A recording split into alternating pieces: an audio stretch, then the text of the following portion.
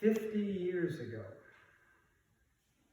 newly ordained to the Christian ministry of the United Church of Christ, ink barely dry on the Master of Divinity school degree I had recently been given.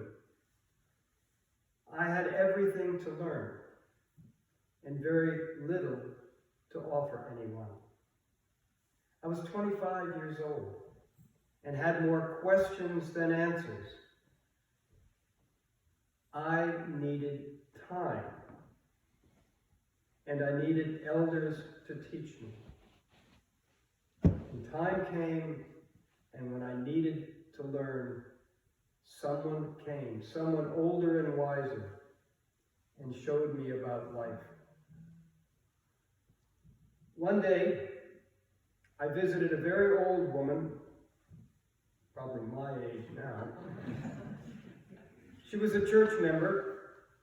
I was meeting her for the first time as I went to the local hospital and looked up her room number. She was assigned to a room with only a bed, a small nightstand, and a metal chair. Her life reduced to just this. Yet she smiled at me, glad to see me, welcomed me warmly, and invited me to sit down. And when I asked if she needed anything from home, because she had nothing, she came in with the clothes on her back through the ambulance. When I asked her if she needed anything from home that I could bring her, she replied, "Thank you, but no. A friend brought my Bible in yesterday, and that's all I want." I remember thinking, how can she be so calm when death is so possibly near? And then I remember thinking, what in the Bible gives her such peace? And then I remember thinking, how can I become like her? Let's look again at the story of Joseph and his brothers. We find it in the end of the book of Genesis. Many of you recall Joseph in the story with the multicolored cloak, but there's a lot more to the story than that. A man named Jacob had 12 sons and 1 daughter, from 2 wives and 2 of their maidservants. Jacob had 2 of these sons with the woman that he loved most in all the world, Rachel. And their names were Joseph and Benjamin. And everyone in the family knew that Jacob loved these 2 more than the others. One day, the other brothers acted from a rage of envy and anger, and they kidnapped Joseph and sold him to traveling slave traders. And they went back and lied to their father, saying that Joseph, the son of his heart, with the woman he loved most, had been killed by a wild animal. Jacob's heart was broken. Yet, as we read in the story, Joseph was a very lucky guy. He landed in Egypt, and against all the odds, gained the favor of the Pharaoh, who made him the administrator of the entire kingdom, the richest place in the Mediterranean world at the time. Joseph became the most powerful man in the world. His command could kill a man. Then came a famine, and people all around Egypt were starving. One day, while Joseph was in his palace, a guard comes and tells him that 10 Hebrew barbarians are at the border. They want permission to enter Egypt and buy food because their families are starving due to the famine. And Joseph thinks, is it possible that they are my brothers? Years have passed. They all thought Joseph was long gone and dead. Joseph had no news or contact with his family. But now that they may be near, what will Joseph do? Will he get his revenge and have them sold into slavery, or killed. Long ago, after all, they wanted him dead. Joseph prepares a trap. First, he tells them to go home and return to Egypt, but bringing their youngest brother, Benjamin. And then, Joseph knows, Joseph will have them all in one room before him and in his power. His brothers do as they're told. They return with Benjamin, although Jacob did not want to let him go. He didn't want to lose the second son of Rachel, but he obeyed. They were allowed to buy food and permitted to leave Egypt. And then Joseph springs the trap. A silver cup is hidden in Benjamin's bag. They don't know about this. Guards come and arrest them for theft. And they come before Joseph in all the Egyptian court around him in the palace to be punished.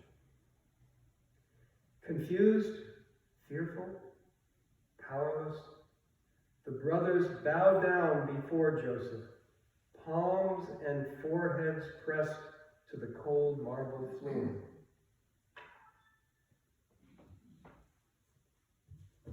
Story continues, but I'll read it from a wonderful translation by the biblical scholar Stephen Mitchell, who imagines the Joseph story this way.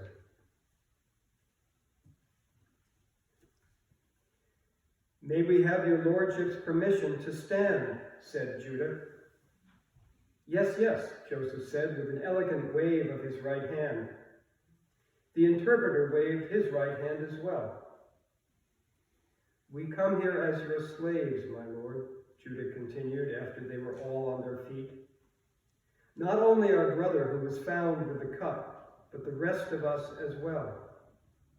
No, Joseph said, that wouldn't be right. Only the man who was found with the cup will be taken as my slave. The rest of you may go back to your father in peace. But there was no peace in the offer. It wasn't possible for them to leave. The news of Benjamin's enslavement would kill the old man. Nor was it possible to stay in Egypt, since if they did, their families back home would starve. Then Judah stepped forward and said, I beg your indulgence, my lord. Let your humble servant speak a few words, please, and listen to what he says, even though you are as great as Pharaoh.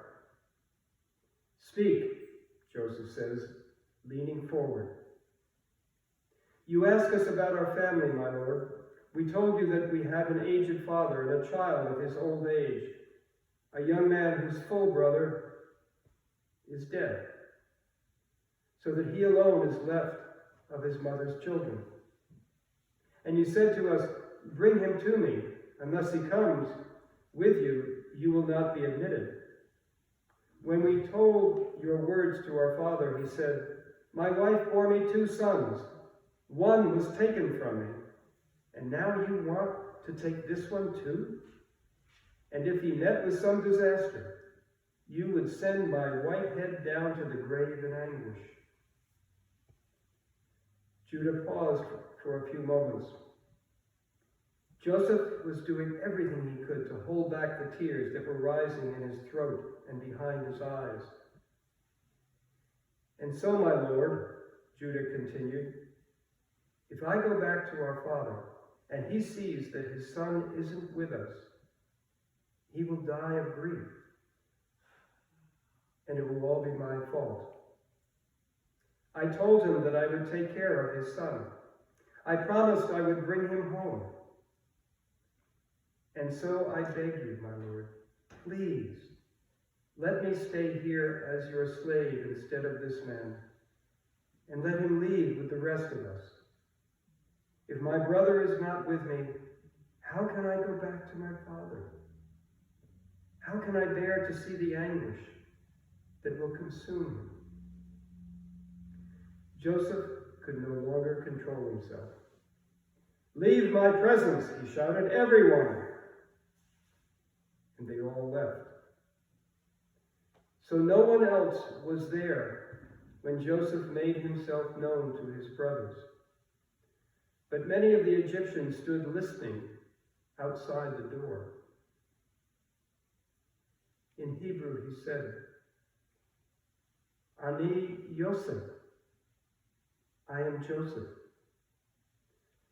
These were the first Hebrew words he had spoken in almost 22 years.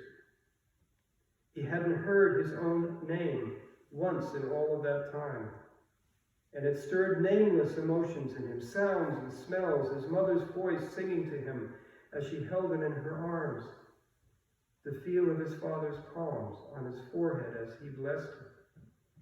Memories suddenly so vivid that they reached down and drew up tears from the depths of him. At first he could barely see his brothers through the mist that filled his eyes. Then he was able to observe them. Shock, incomprehension, terror. He would have to say more. Is my father really alive? Joseph said. He spoke Hebrew with a slight Egyptian accent. The brothers couldn't answer. What had just happened was impossible. How could the great Lord say he was their brother? Was he testing them? Was he joking? Was he out of his mind? And how had he learned their humble language? Their minds whirled with unanswerable questions. They were stupefied. All they could do was stare. Come closer to me, Joseph said. And when they came closer, he said, I am your brother Joseph, whom you sold into Egypt.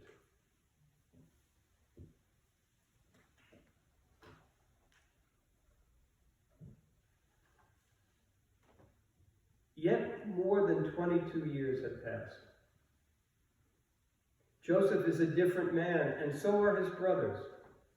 The hot emotions of youth are gone. Still, the past cannot be forgotten. Can it be forgiven? Decades ago, I did not know what I needed to be a good pastor or a good man. I did not know then what I know now, that the way of forgiveness is what all of us need most in life. We must learn to forgive ourselves. We must learn to forgive those who hurt us. And at times we must learn to forgive God, who, it turns out, does not give us everything we want simply because we ask for it. Forgiveness is the single, simple lesson of the entire Bible from Genesis to Revelation. It is the road we travel if we decide to follow Jesus. Over 40 years as a pastor, the question that I heard most, the problem that most troubled people when they came to me, was this: can I learn to forgive? Now, if forgiveness is only words, since it implies that magnanimous I gives something to a not necessarily deserving you, is it real? Is it worth anything? Does it change anything? No. Something else more heartfelt must be discovered, and let it lead you. You cannot force yourself to forgive. You will not be honest. You cannot force someone to forgive you. You can only humbly wait and hope. And if it happens at all, there's no guarantee that forgiveness will happen. It's going to take time. Real forgiveness is the realization that we are all guilty. We are all innocent. And we will continue to disappoint and to be disappointed. And yet, we have the power to save one another. Truly, we are capable of great harm, but also great acts of love. This is the lesson of Joseph and his brothers. It is better to be imperfect family than to be perfect strangers. When you ask yourself, and you will, can I forgive? Think of what Joseph did to reunite his family. I wonder if this is the holy wisdom sitting before me in that hospital room 50 years ago, what she knew and I had yet to learn. For there she was at peace, a Bible in her hands, helping a young pastor to take his first steps on the road to learning the ways of God.